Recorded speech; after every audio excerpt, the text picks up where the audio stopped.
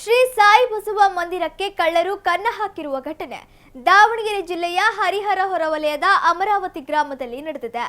ಶ್ರೀ ಸಾಯಿ ಬಸವ ಮಂದಿರದ ಬಾಗಿಲು ಒಡೆದು ಒಳನುಗ್ಗಿರುವ ಕಳ್ಳರು ಮಂದಿರದಲ್ಲಿದ್ದ 25,000 ನಗದು, 1 ಲಕ್ಷ ಮೌಲ್ಯದ ಬೆಳ್ಳಿಯ ಹಾಗೂ ತಾಮ್ರದ ಸಾಮಗ್ರಿಗಳನ್ನು ಕದ್ದೊಯ್ದಿದ್ದಾರೆ.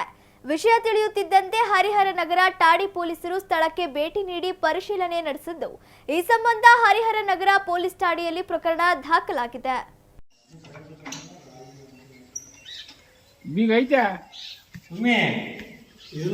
ಟ್ರೈ ಮಾಡ್ಯಾರ ನೋಡ್ರಿ, ಥ್ರೆಡ್ ಎಷ್ಟು ಓಪನ್ ಆಗೈತಿ.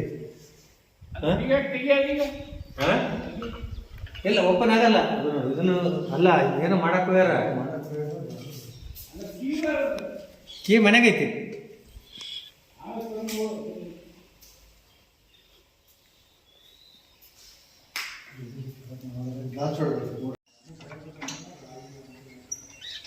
ಬೀಗ ಐತೆ ಒಮ್ಮೆ ಇದನ್ನು ಟ್ರೈ ಮಾಡ್ಯಾರ ನೋಡ್ರಿ, ಥ್ರೆಡ್ ಎಷ್ಟು ಓಪನ್ ಆಗೈತಿ. ಇಲ್ಲ ಓಪನ್ ಆಗಲ್ಲ, ಇದನ್ನು ಅಲ್ಲ, ಏನೋ ಮಾಡಕ್ ಹೋಗ್ಯಾರ. ಕೀ ಮನೆಗೈತಿ.